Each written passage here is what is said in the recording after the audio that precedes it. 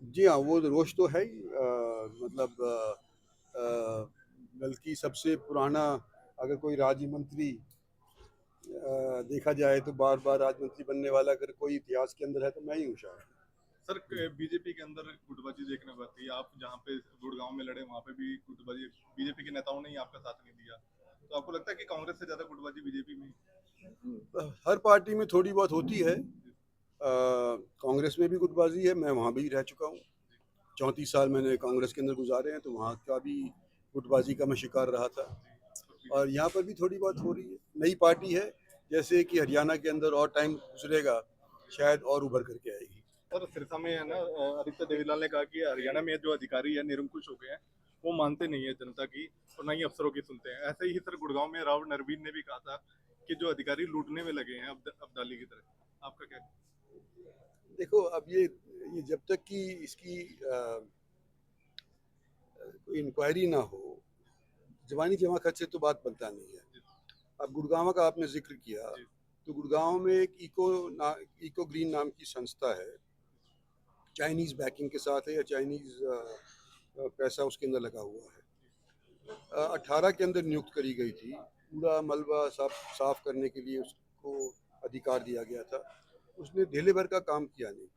तो मैं तो ये चाह रहा हूँ, और मैंने हरियाणा सरकार को निवेदन भी किया है, इसके लिए एक सेंट्रल एजेंसी से इंक्वायरी करी जाए।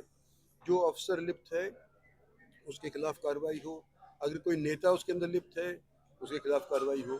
तो ये इंक्वायरी जब हो जाएगी जब ही हम दंडित करेंगे। सर ये अंतिम सवाल भूपेंद्र उठा था, ये दावा करते हैं कि विधानसभा में हम सरकार बनाएंगे, कैसे देखते कांग्रेस में? भाई अगर नहीं कहेंगे तो उनके साथ कौन जुड़ेगा।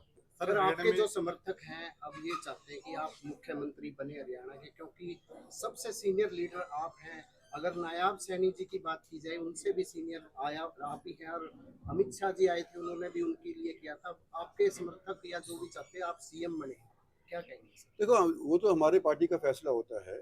और पिछले दिनों के अंदर पंचकूला के अंदर अमित भाई आए थे और उन्होंने फैसला कर दिया था कि कि नायब सिंह सैनी के नेतृत्व में ही विधानसभा का चुनाव लड़ा जाएगा।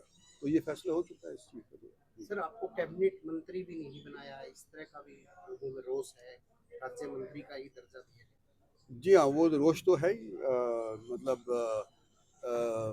बल्कि सबसे पुराना अगर कोई राज्य मंत्री देखा जाए तो बार-बार राज्य मंत्री बनने वाला अगर कोई इतिहास के अंदर है तो मैं ही हूँ शायद। राजा वही बनता है जो मत की पेटी से मिलता है, जो लोगों की राय से बनता है। और आज मेरा सौभाग्य है कि 36 बिरादरी के लोग, जो ये मैं 6 बार जीता हूं, जो मैं 4 बार विधानसभा जीता हूं, तो मेरे को 36 बिरादरी के लोगों का सहयोग मिला है। इसी बार आज के दिन रिकॉर्ड तोड़ के आज के दिन 5 बार लगातार मैं लोकसभा का सदस्य बना। और यही वजह है कि जब मैं बोलता हूं मुझे दिखाई देता है कि मेरी पीठ थपथपाने के लिए मेरी बिरादरी के तो हैं। इस बार तो 90-95% लोग मेरा साथ इस इलेक्शन के अंदर दिया जो मेरी बिरादरी के थे। लेकिन जो और बिरादरी के थे उन्होंने भी मेरा सहयोग आज के दिन तो दिया। इसी वजह से मेरी आवाज बुलंद होती है।